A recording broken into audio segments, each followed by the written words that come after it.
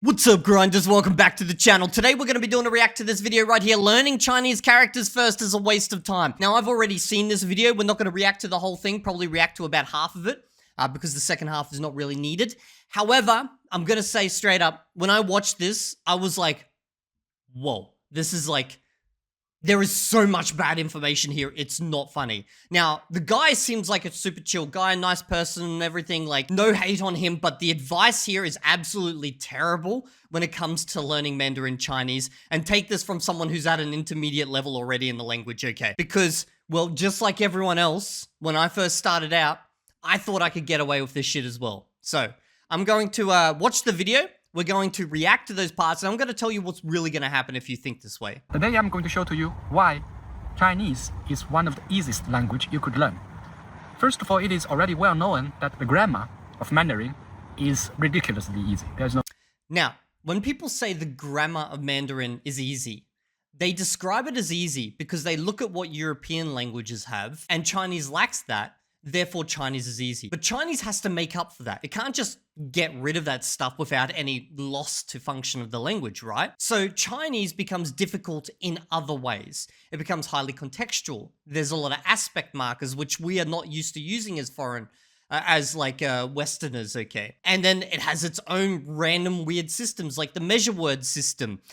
Sometimes it almost acts like a case system with specific words acting as case markers, like ba, which then takes the object of a sentence and slaps it basically to the beginning of the sentence, changing it from a subject verb object to a topic based language. There's so many aspects to the grammar which are complex in different ways that we would expect, and then to add on top of all of that, it becomes more difficult just due to the way the language thinks. So as someone who's also learning Spanish right now, and I'm now also learning the grammar of Spanish because I took a very input-heavy approach, okay? I am going through the grammar phase of Spanish, and I can see why people say it's hard.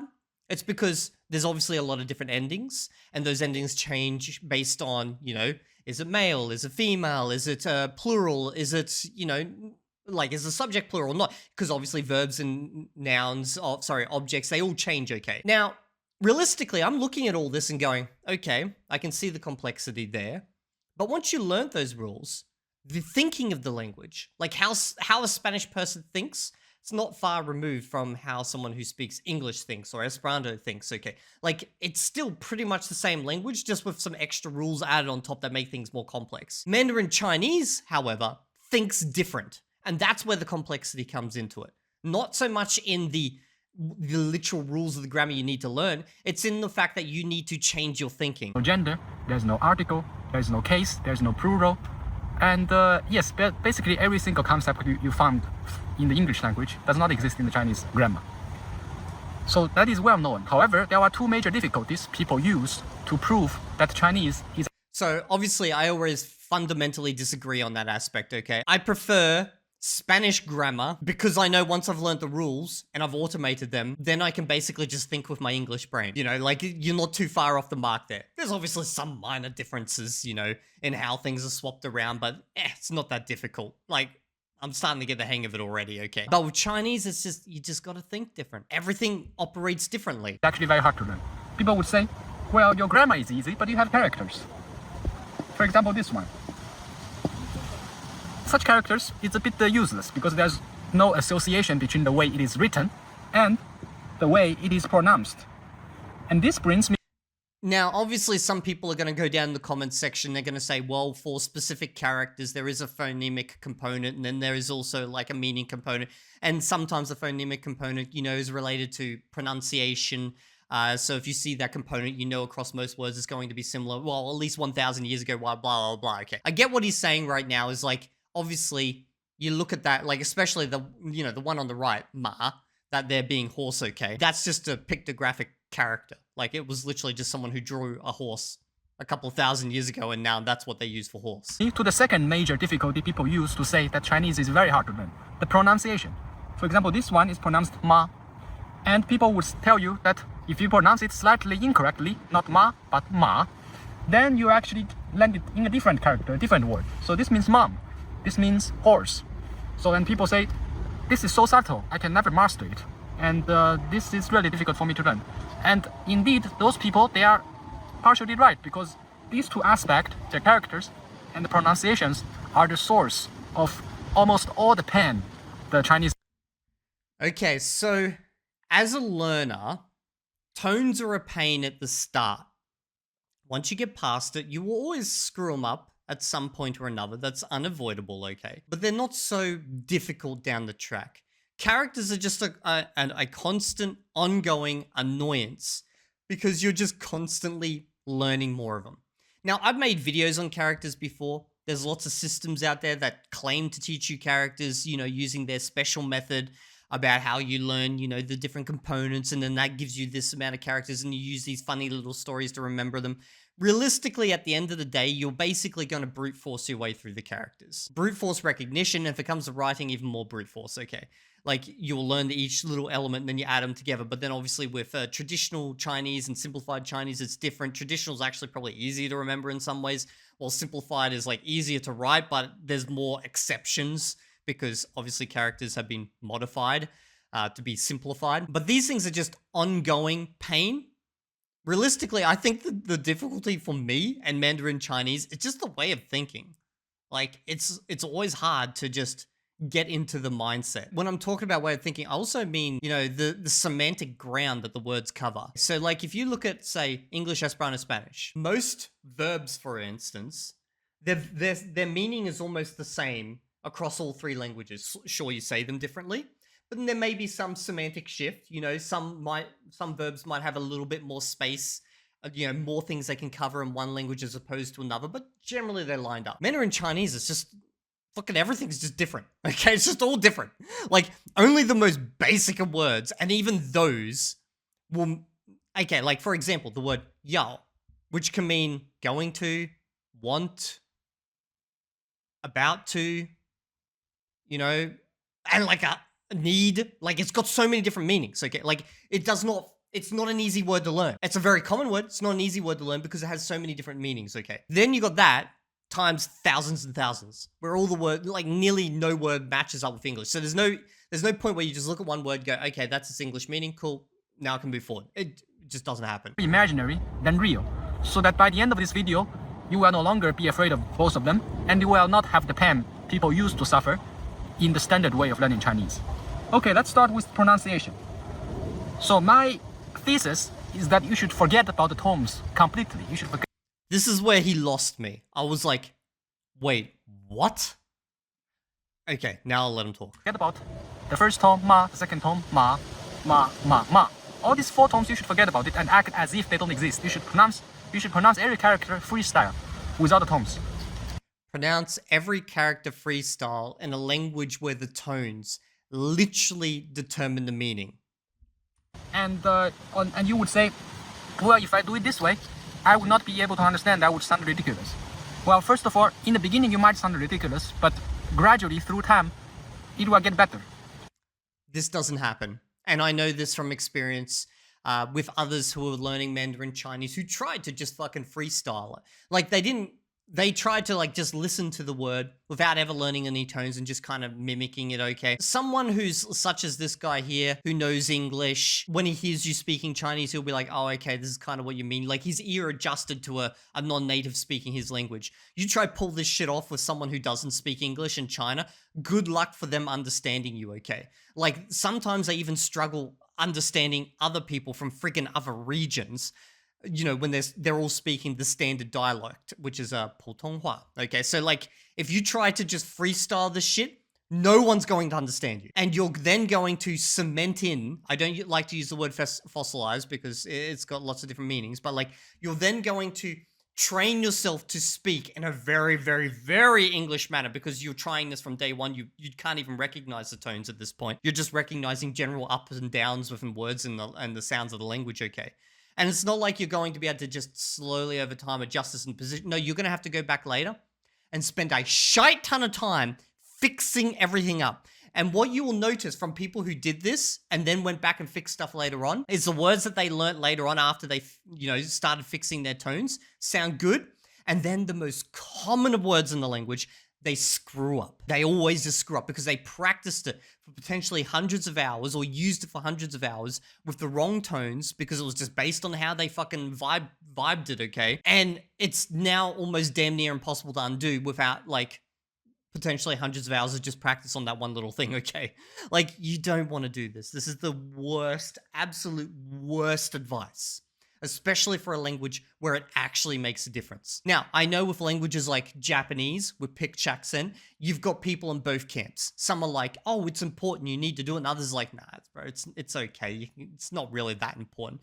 There's only a few words where, like, pitch accent really makes a difference. In Mandarin Chinese, you screw up one tone, people will generally understand the rest of you, like the rest of what you're saying based on context. You screw up a couple of tones in a row, and it's very unlikely they understand you, okay? If you're vibing the whole fucking sentence, no one's understanding you. No one, okay? They're gonna ask for real life subtitles. And second of all, which is the more important argument, is that 100 years ago, Mandarin is not the phenomenon like it is today. 100 years ago, 99% of the Chinese people speak a language that is very different from Mandarin, at least in the pronunciation aspect. Each word is not pronounced the way Mandarin has it pronounced today. So that our ears, the ears of Chinese people, we are trained in the difference between the local way of pronouncing it, the way in our village, in our city, or in our province, and the TV way, the way the...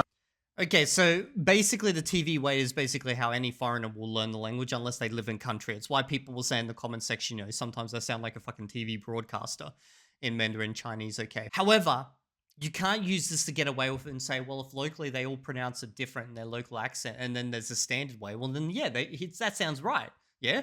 Like, I could just mix and match and it won't matter because, you know, everyone locally in their local region speaks differently. Yeah, but they all follow a system.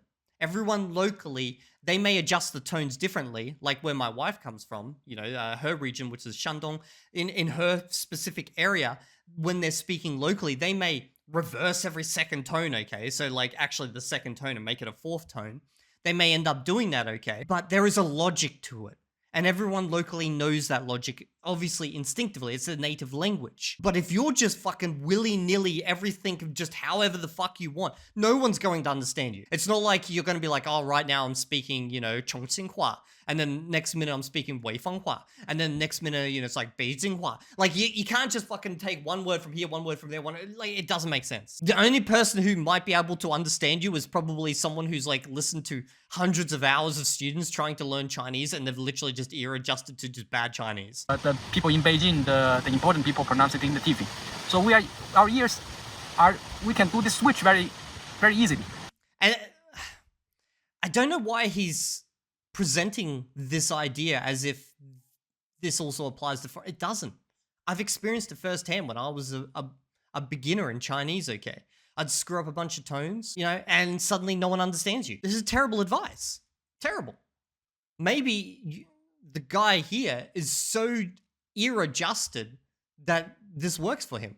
You know, he can. So that if you pronounce ma in a wrong way, we will not think, you are not talking about mom now, you are talking about horse.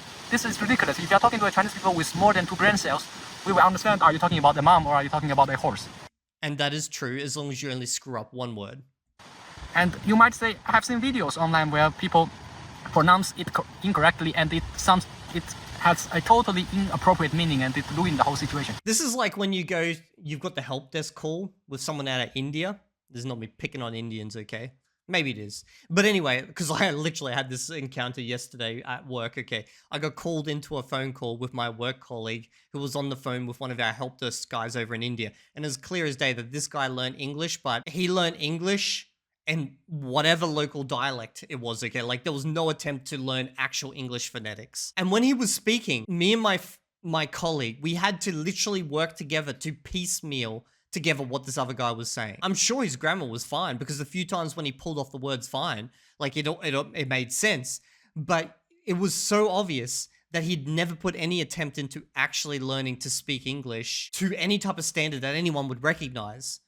And we just could not understand him, okay? And this isn't a language where it is highly forgiving. English is highly forgiving in a lot of ways. Mandarin Chinese is not. Those examples you see online, they are artificially constructed for dramatic effects to fool people.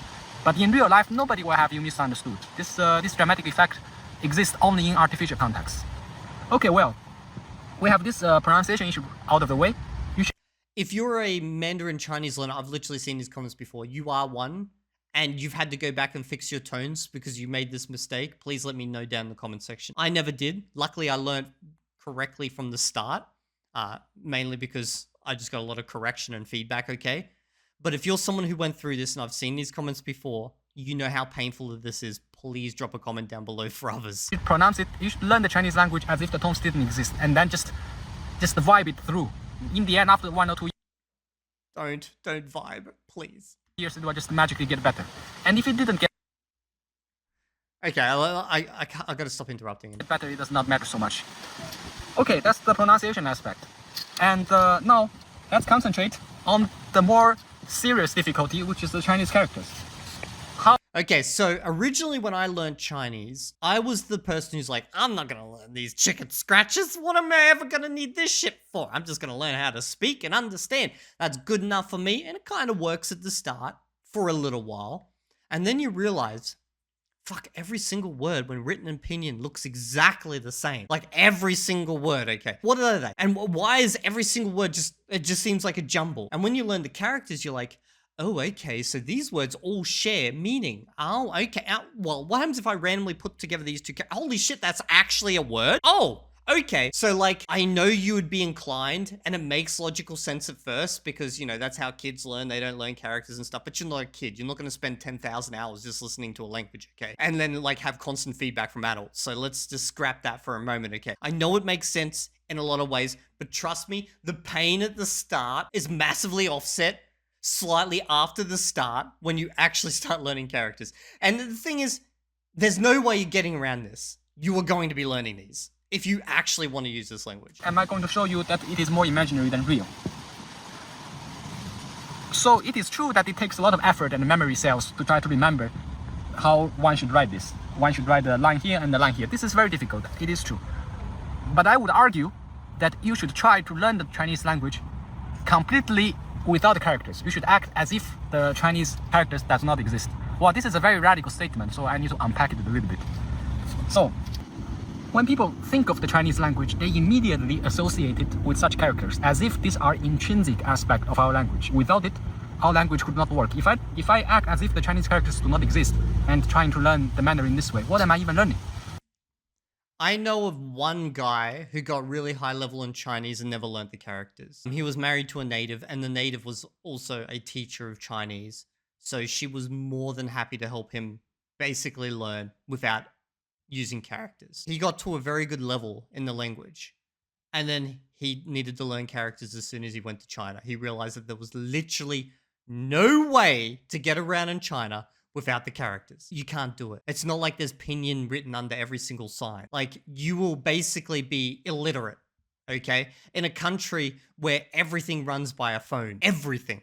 There's no way of getting around this. You need characters. Now, maybe you could, like, could you imagine how bad it would be as someone who's, like, learning Chinese and you're pointing your phone using, like, Google Translate to, like, you know, look up characters or whatnot when you already speak the language? Like, sure, not learning the characters at first might speed things up initially. It slows things down once you get to the more intermediate level. And then once you get to a more advanced level, like, characters are actually they're massively helpful at that point. Because you start noticing the patterns between how you can put them together and even guessing words. My grandma or my grandpa or most of the grandparents of China, in their brain, in their mind, they don't have such things because they are illiterate. Because we were very poor, they didn't go to school.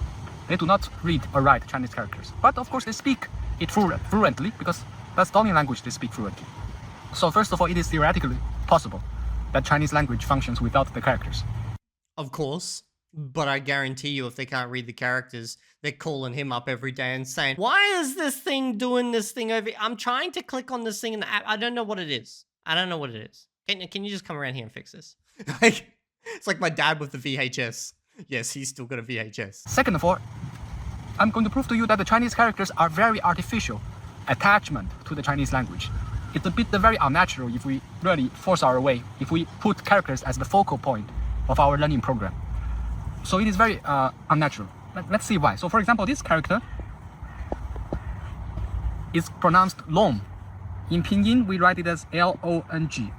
So my thesis is that you should use pinyin all the time, long, L-O-N-G. Use the Latin characters instead of using the Chinese characters if you are trying to learn the Chinese language. Why? because this is the character for the dragon. This means the dragon long. However, this character, we do not write dragon this way for 1,000 years. For the longest time in Chinese history, we write the dragon in this totally unrelated way that looks completely different from the current way we write it. This is the way we wrote the character for dragon. You see that there is nothing to do with each other. So when did the change happen? Why do we no longer use this way anymore? Because the communists, the government, they decided that illiteracy is a huge problem, that the population cannot recognize the characters. And this is a lot simpler than this one. So they just artificially, through political force, decided that this should be the new dragon because it's simpler. And this old dragon we no longer use it anymore. Even though people in Taiwan and Hong Kong still use the traditional characters because they have a different government, because they have a different political situation there. And by the way, in Japanese also use some of our characters. In Japanese, the dragon also is one of the kanjis. It's written even again differently. Like this, has nothing to do with the simplified way or the traditional way. So you see that the association between the drawing, between the character and the pronunciation, long, is not something like logic. That's completely true, but it doesn't really mean anything at the end of the day. If you actually want to be able to use this language, sure, you could go to your phone and type in pinyin, but then it's going to give you like 20 characters to select from. You're going to be like, If you can't recognize it, you can't recognize it. You could guess it's probably the first one. If you write out the whole sentence, it will probably guess each character in the sentence for you, the pinyin, and you can select it all and hope for the best. And I mean hope for the best because sometimes it creates some random shit. It's very arbitrary. So that it makes no sense. There's no intrinsic sense. Okay, good. That's the first point. When you learn the Chinese language without characters, theoretically you should be able to speak the language fluently and understand it fluently when somebody speaks it to you, just like my grandparents do it. This is theoretically possible because our grandparents are living examples of it. However, you say, I also want to read it. So for example, when I send a text message to my dad, I do not write these characters. For example, if I want to say dragon, I do not write this and this complicated character and send it. No, I write long. I type into the keyboard long, and the software takes care of the association for me. I don't remember in my mind how should I write long. I type in long, just as the way I would say it, and then the software recognizes that, oh, hey, you mean long. Yes, but it doesn't always get it right. It's like right 80% of the time. And it can be more right the longer the sentence you write. You're literally shooting in the dark. Because if it suggests more than 2 options, there's a good chance it's probably the first option in the list, but it could be the second one. And you don't know. You don't know. By the way, I also don't type into the software which pronunciation it is, which tone it is. Long, I think it's the second pronunciation, the second tone. We also don't write this. In our mind, the only key information to save is long. That is true, but the tone is only important in spoken language. And then the software will recognize, hey, you mean long, I will put this character out for you.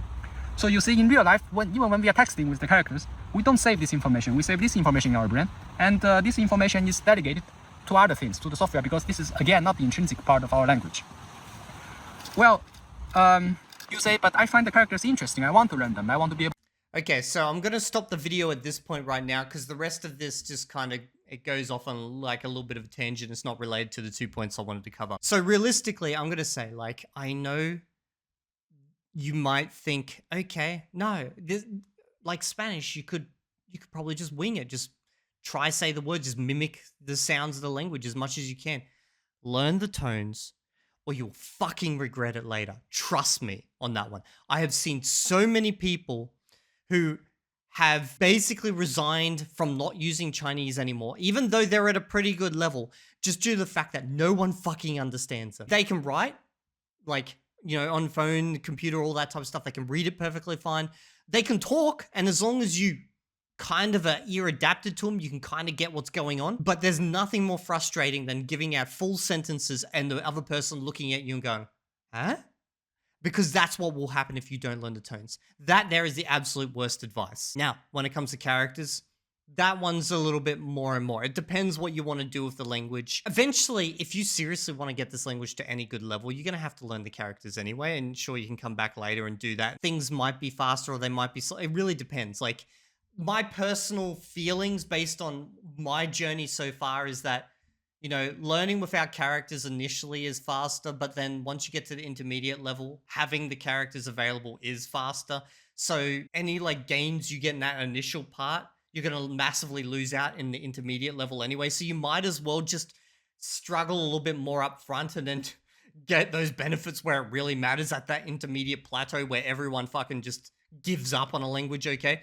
Because the beginning stage is like, I'm sorry to say, this is a difficult language. You're gonna spend a long time learning. There's no getting around this shit, okay? You're gonna have to learn all this stuff. Unfortunately, the Chinese decided that the characters are a part of their language, and if you want to live in the country, you want to travel in the country, you want to fucking, you even want to look at subtitles in the goddamn language, okay? To check what you're hearing, it's all in characters. You're gonna have to be able to recognize that shit, and if you can't recognize it, and you've like, and there's like, they said 5 things, and you're trying to figure out what that 6th word is.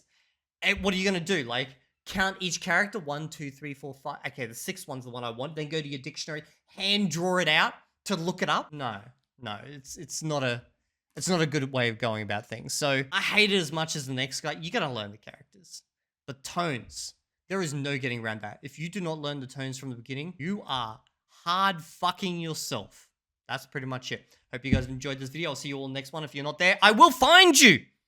And I will say a totally incomprehensible sentence to you. And your response will dictate your survivability.